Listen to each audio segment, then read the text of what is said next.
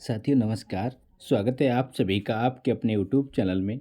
आज की इस वीडियो में लेकर आए हैं जनरल नॉलेज के टॉप 30 क्वेश्चन जो आपकी आगामी सभी परीक्षाओं के लिए हेल्पफुल होने वाले हैं।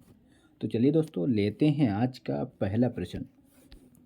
पहला प्रश्न है, भारत का सबसे बड़ा मरुस्थलीय राज्य कौन सा है? बताइए दोस्तों, भारत का सबसे बड़ा मरुस्थलीय राज्य कौन सा है? तो वो है राजस्थान, यानी कि डी ऑप्शन राइट हो जाएगा।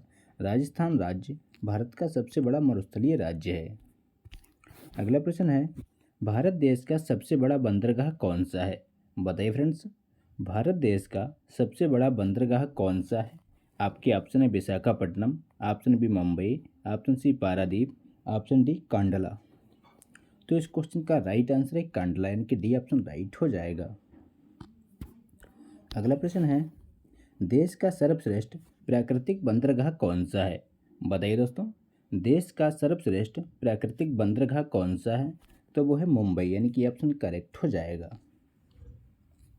अगला क्वेश्चन है, सबसे बड़ा नदी द्वीप माजुली भारत के किस राज्य में स्थित है? बताइए दोस्तों, सबसे बड़ा नदी द्वीप माजुली भारत के किस राज्य में स्थित है? तो वो स्थित है असम राज्य में, यानी कि बी ऑप्शन करेक्ट हो जाएगा।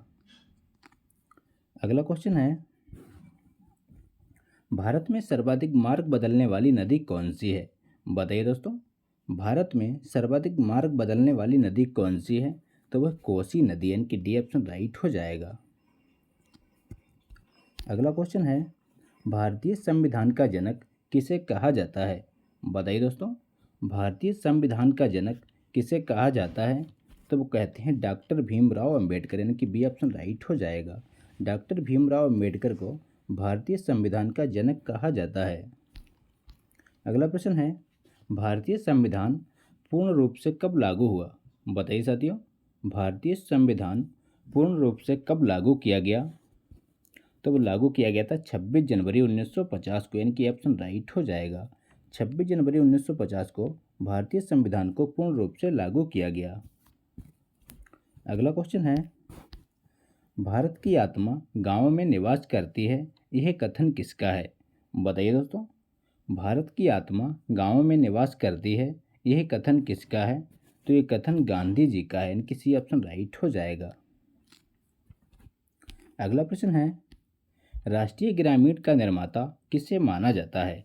बताइए फ्रेंड्स, राष्ट्रीय ग्रामीण का निर्माता किसे माना जाता है? तो वो कहते हैं हैदराबाद को, यानी कि सी ऑप्शन राइट हो जाएगा।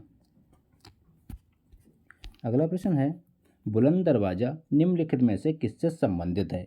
बताइए दोस्तों, बुलंद दरवाज़ा निम्नलिखित में से किससे संबंधित है? तो वो संबंधित है अकबर से, यानी कि डी ऑप्शन राइट हो जाएगा। अकबर से संबंधित है बुलंद दरवाज़ा।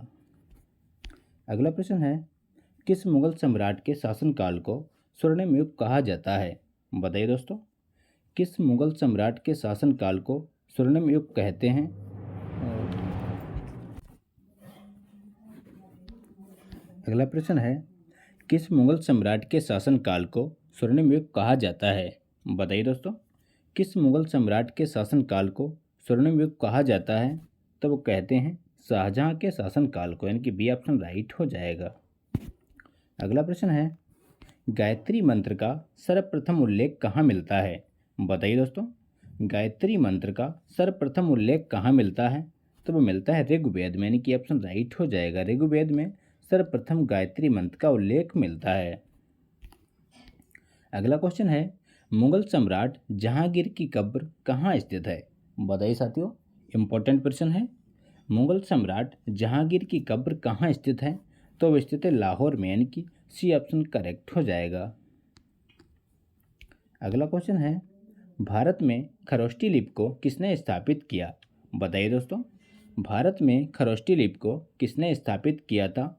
आपके ऑप्शन है कुषाणों ने, ऑप्शन बी ईरानियों ने, ऑप्शन सी चीनियों ने, ऑप्शन डी यूनानियों ने। तो इस क्वेश्चन का सही जवाब है ईरानियों ने, यानी कि बी ऑप्शन राइट हो जाएगा। ईरानियों के द्वारा भारत में खरोष्ठी लिपि का स्थापना की गई। अगला क्वेश्चन है, वह पहला किला जो शिवजी ने जीता उसका नाम क्या था? बताइए दोस्तों, तो उसका नाम था तोरण, यानी कि ऑप्शन राइट हो जाएगा। अगला प्रश्न है, भारत में सबसे ऊंचा जलप्रपात कौन सा है? बताइए दोस्तों, भारत में सबसे ऊंचा जलप्रपात कौन सा है? तो वह जोग प्रपात, यानी कि बी ऑप्शन राइट हो जाएगा। जोग प्रपात भारत में सबसे ऊंचा जलप्रपात है। अगला क्वेश्चन है, भारत का प्रथम मुख्य चुनाव आयुक्त कौन था? बताइए दोस्तों, भारत का प्रथम मुख्य चुनाव आयुक्त कौन था? तो वो था सुकुमार सेन, यानी कि बी ऑप्शन करेक्ट हो जाएगा। सुकुमार सेन भारत के प्रथम मुख्य चुनाव आयुक्त थे, याद रखिएगा। अगला क्वेश्चन है, भारत का प्रथम भारतीय प्रायोगिक अंतरिक्ष अनुसंधान उपग्रह था। बताइए दोस्तों, भारत का प्रथम भारतीय प्रायोगिक अंतरिक्ष अनुसंधान उपग्रह कौन सा था? तो वो था एप्पल, यानी कि ऑप्शन करेक्ट हो जाएगा। अगला प्रश्न है, भारतीय भूमि से छोड़ा जाने वाला प्रथम उपग्रह कौन सा है? बताइए दोस्तों, भारतीय भूमि से छोड़ा जाने वाला प्रथम उपग्रह कौन सा है? तो वह है रोहिणी फर्स्ट, यानी कि ऑप्शन राइट हो जाएगा। रोहिणी फर्स्ट भारतीय भूमि से छोड़ा जाने वाला प्रथम उपग्रह था। अगला प्रश्न है, 1951 में भारत के दूसरे गणतंत्र दिवस परेड के मुख्य अतिथि कौन थे? बताइए दोस्तों, तो इस क्वेश्चन का सही जवाब है त्रिभुवन वीर विक्रम साहा, यानी कि सी ऑप्शन राइट हो जाएगा। अगला प्रश्न है, 2000 में भारत के गणतंत्र दिवस परेड में ओलोगुन ओम्बासजे मुख्य अतिथि थे, वह किस देश के हैं? बताइए दोस्तों, तो वह है नाइजीरिया के, यानी कि ए ऑप्शन राइट हो जाएगा। अगला क्वेश्चन है, 2023 स्वतंत्रता दिवस समारोह में मुख्य अतिथि कौन थे? बताइए दोस्तों, 2023 के स्वतंत्रता दिवस समारोह में मुख्य अतिथि कौन थे? तो वो थे बिशप स्वामी, यानी कि ऑप्शन राइट हो जाएगा। बिशप स्वामी किस देश के थे? इसका आंसर कमेंट बॉक्स में दीजिए। अगला प्रश्न है, पाकिस्तान से भारत में गणतंत्र दिवस परेड के मुख्य अतिथि के रूप में आमंत्रित किए गए पहले व्यक्ति का नाम बताइए। तो इस क्वेश्चन का सही जवाब है मलिक गुलाम मोहम्मद, यानी कि सी ऑप्शन राइट हो जाएगा। अगला प्रश्न है, 1950 में भारत की पहली गणतंत्र दिवस परेड में मुख्य अतिथि कौन था? बताइए दोस्तों, 1950 में भारत की पहली गणतंत्र दिवस परेड में प्रथम मुख्य अतिथि कौन थे? तो वो थे राष्ट्रपति सुकर्णो, यानी कि ऑप्शन राइट हो जाएगा। अगला क्वेश्चन है, केंद्रीय सूचना आयोग की स्थापना कब की गई? बताइए दोस्तों, केंद्रीय सूचना आयोग की स्थापना कब की गई?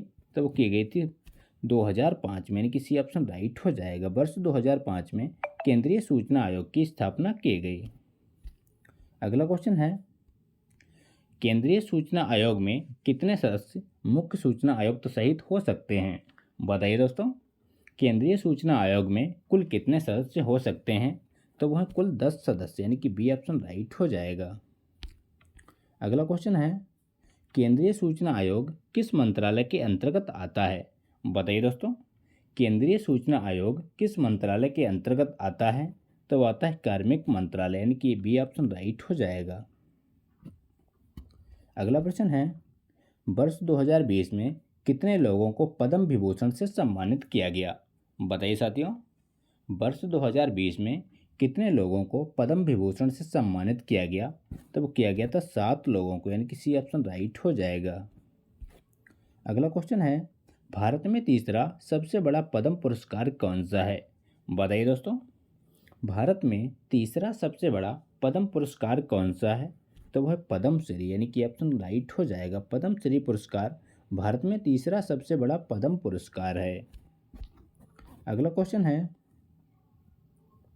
निम्नलिखित अभिनेत्रियों में से किसे पद्म श्री पुरस्कार दिया जा चुका है? बताइए दोस्तों, आपके ऑप्शन है Madhuri Dixit, option B Shilpa Shetty, option C Kangana Ranaut, option D Priyanka Chopra. तो इस क्वेश्चन का सही जवाब है कंगना रनौत, यानी कि सी ऑप्शन राइट हो जाएगा। कंगना रनौत को पद्म श्री पुरस्कार प्रदान किया जा चुका है।